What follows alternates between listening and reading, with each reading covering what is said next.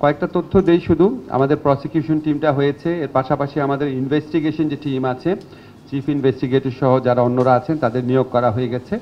এখন আমাদের জন্য খুব গুরুত্বপূর্ণ চ্যালেঞ্জ হচ্ছে এটা আপনার কোর্টটা কনস্টিটিউট করা, রিকনস্টিটিউট করা, কারণ এখানে এখন নাই কোনো বিচারক, এবং এটা আমাদের পরবর্তী লক্ষ্য। বাট একই সাথে সাথে আমরা যে আইনগত সংস্কার আছে, এই সংস্কারে আলোচনা এখানে থেমে থাকবে না। আমরা আপনাদের এখানে যারা এক্সপার্ট আছে, আমরা মোটামুটি জানি এই বিষয়ে কাদের এক্সপার্টিজ আছে, সবার কাছে আমরা পাঠাবো, সবার মতামত নিব।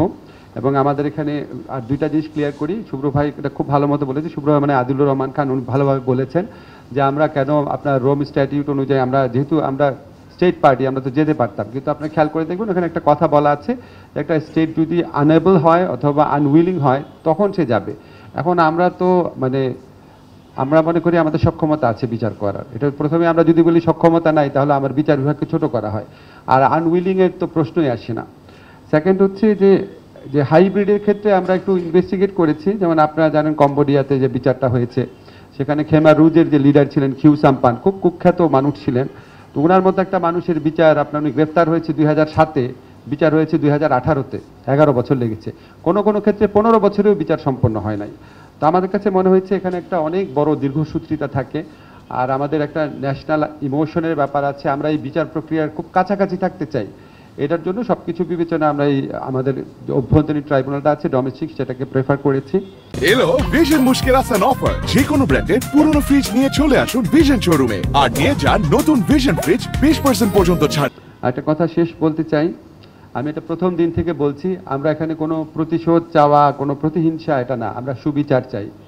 আপনারা নিজের চোখে দেখেছেন কি ভয়ঙ্কর হত্যাকাণ্ড ঘটেছে। আমরা কখনো বিশ্বাস করতে পারতাম না যে মানে একটা দেশের মানুষ আরেকটা মানে একটা দেশের, আমি এটা বলতাম ইয়ে করে, একটা বৃদ্ধ প্রজন্ম একটা তরুণ প্রজন্মকে উন্মত্তভাবে খুনের নেশায় নেমেছিল আর কি। আমাদের চোখের সামনে আমরা সব দেখেছি। যত বেদনা বুকের ভিতর থাক, যত ক্ষোভ বুকের ভিতর থাক, আমরা এই চ্যালেঞ্জটা সম্পর্কে সম্পূর্ণ সচেতন আছি যে আমাদের এই বিচারটা সবার কাছে গ্রহণযোগ্য হতে হবে।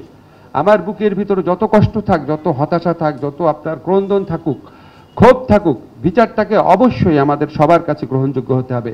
আমরা সচেতন আছি, আমরা একটা ডিপলি পোলারাইজ সোসাইটিতে বাস করি।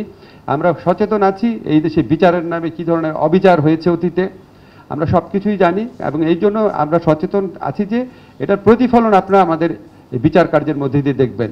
আমরা সর্বোচ্চভাবে চেষ্টা করব শুধুমাত্র আগের যে ইন্টারন্যাশনাল ক্রাইম ট্রাইব্যুনাল অ্যাক্টের বিচার যে আছে, সেটার চেয়ে তো অবশ্যই অনেক গুণ ভালো, নিরপেক্ষ, গ্রহণযোগ্য বিচার হবে।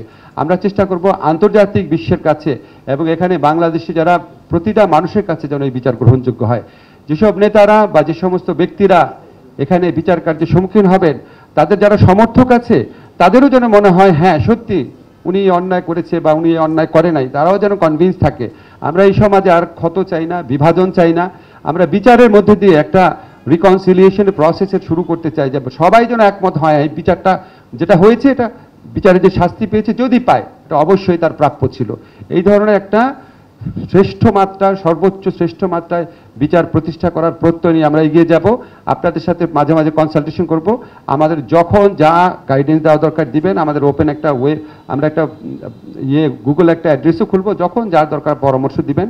আপনাদেরকে একটা কথা বলতে চাই, আমরা সচেতনভাবে কোনো রকম কোনো অন্যায় করব না, অচেতনভাবেও করতে চাই না। সেই জন্য সারাক্ষণ আপনাদের ওয়াচডগের মধ্যে থাকবো, সারাক্ষণ আপনার ওভারসাইট একটা মেকানিজমের মধ্যে আমরা নিজেদের রাখতে চাই। আপনাদেরকে সব সময় এই পুরা প্রক্রিয়াতে সহযোগী করতে চাই।